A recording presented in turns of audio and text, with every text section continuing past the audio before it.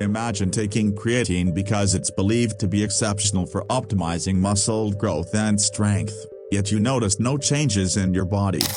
Have you ever wondered if you might be using it incorrectly? Creatine has been thoroughly researched for its beneficial effects on muscle strength, size, and body composition. However, simply taking creatine does not guarantee good outcomes. There are specific factors, aside from the obvious issue of not drinking enough water, that might explain why your creatine supplementation isn't delivering the expected results. So let's dive into the details. By the way, one of you asked in the comments whether you should mix creatine with your protein shakes. I'll address that soon. One mistake people make is not sticking to just one form of creatine. Creatine is well liked among bodybuilders, athletes, and regular gym enthusiasts for good reasons, particularly for its effectiveness in increasing muscle mass, as indicated by various studies. With numerous types of creatine on the market today, choosing the right one can be confusing. There's creatine nitrate or creatine HCl, which some brands suggest won't cause bloating, alongside the well-known creatine monohydrate, which has been extensively tested. So, which should you select? The simple answer is to choose one type. Using multiple forms at once can lead to inadequate dosages, preventing you from reaping its benefits.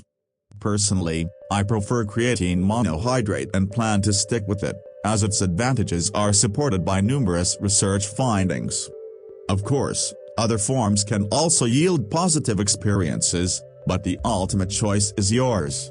Regardless of the type, ensure you take it consistently and in the proper amounts. Be patient and allow it sufficient time to show its benefits. Using more than one type of creatine is problematic, but what's worse is if you're engaging in the wrong types of workouts. Creatine is primarily known for enhancing athletic performance, so endurance exercises or cardio may not provide any substantial benefits.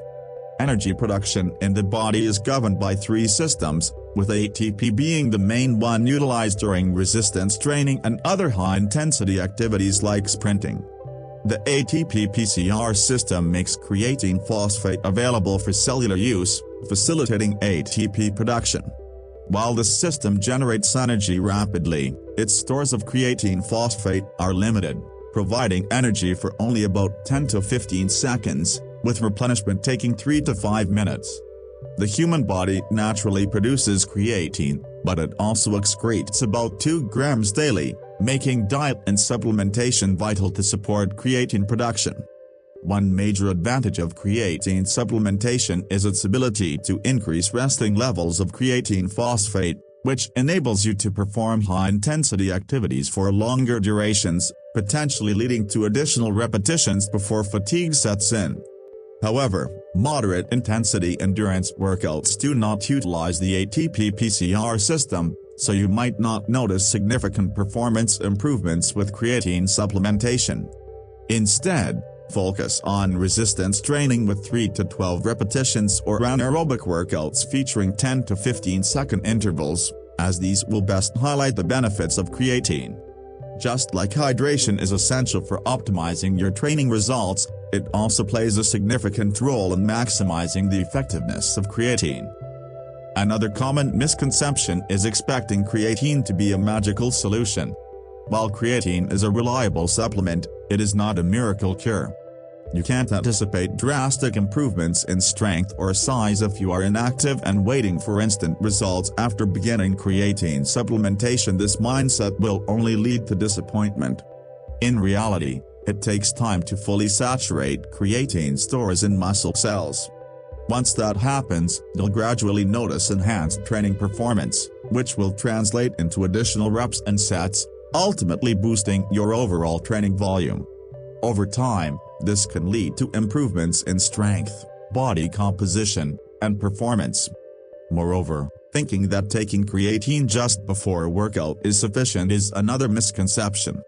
With all the positive research supporting creatine's use, it is now being included in various products like pre-workout supplements. Given the extensive studies backing creatine's benefits, it's understandable why many brands incorporate it into their pre-workout offerings. However, relying solely on these pre-workout creatines won't provide adequate amounts. Many pre-workout brands underdose creatine. For example, one brand offers just 1 to 2 grams, which is far from the recommended 5 grams to feel noticeable results. If you're unaccustomed to taking pre-workout creatine, you might fall even shorter of the necessary dosage. So how can you resolve this? First, purchase a tub of creatine, as it's cost-effective and often unflavored, allowing for easy mixing with any beverage. After that, consider the loading technique. Option 1 involves taking 20 grams of creatine daily, divided into 4 doses over 5 to 7 days, followed by a maintenance phase of 5 grams per day. This method quickly maximizes your creatine stores in about a week but may result in some bloating due to increased water intake. Option 2 is a slower approach to reaching optimal creatine levels, but it minimizes the risk of weight gain or bloating. Simply take 5 grams of creatine daily.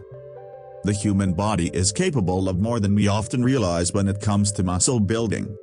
Similar to creatine, testosterone is naturally produced by the body, and sometimes a little external encouragement is needed to reach its full potential.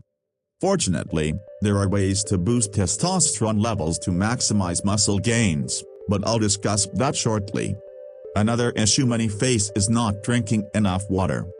Creatine supplementation can lead to some water retention, with many individuals experiencing a gain of around 2 to 4 pounds during the first week. But don't fret, this water weight is a positive sign that creatine is doing its job. Creatine functions by drawing additional water into the muscles, resulting in larger and fuller muscles. Keeping your muscles hydrated is crucial for fueling your body during workouts and throughout the day, so it's essential to ensure you drink plenty of water while taking creatine. I recommend consuming 300 to 500 milliliters of water for every 5 grams of creatine, with the daily goal of 3 to 4 liters of water. Now, if you are adequately hydrating yet still not seeing positive results from creatine, it's possible you might be consuming too much caffeine. High caffeine intake can significantly hinder your body's capacity to absorb creatine effectively.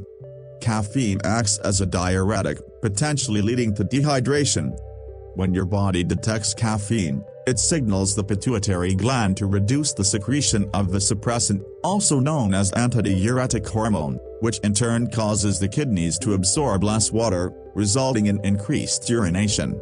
I'm not suggesting you should completely eliminate coffee from your diet, as a regular cup of coffee typically isn't potent enough to cause dehydration.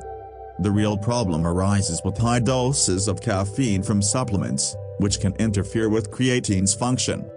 Since you've made it this far in the video, let's tackle some frequently asked questions regarding creatine supplementation.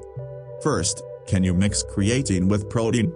Creatine and protein work well together, as creatine primarily boosts performance in high-intensity, short-duration exercises, while protein is essential for muscle growth and recovery. Experts have found no harmful interactions between creatine and protein, so when should you take them? You have 2 options. You can take them simultaneously, which can be beneficial, especially if your diet is diverse and you engage in regular intense workouts. Alternatively, you could take them at different times to optimize absorption. For instance, consume creatine before your workout to enhance performance, then protein afterward to aid recovery. Next, will creatine cause issues with my kidneys, blood sugar, or muscle mass? One of the notable aspects of creatine is that it is continually researched for its effectiveness and safety. In fact, creatine is among the most studied sports supplements available, which is why many health professionals and trainers endorse its use. Additionally, there is no substantial evidence to suggest that creatine is unsafe. Reports of kidney damage, blood sugar issues, heart problems, muscle cramps, dehydration, and diarrhea are all anecdotal. Nevertheless, to be on the safe side, use creatine only if you're in good health and do not have kidney problems, as your kidneys are responsible for expelling creatinine, a byproduct of creatine metabolism. Lastly, do you need to take creatine? Technically, You don't have to supplement with creatine since your body produces it naturally. Creatine is also found in various foods, particularly for individuals with a diet that includes adequate amounts of meat. You will be consuming and constructing a lot of creatine, which has remarkable benefits when used properly. However, steering clear of those common mistakes is just one aspect of the muscle building journey. A significant factor in this journey is also related to your testosterone levels. Discover ways to enhance your testosterone levels in the upcoming video, so be sure to watch it afterward.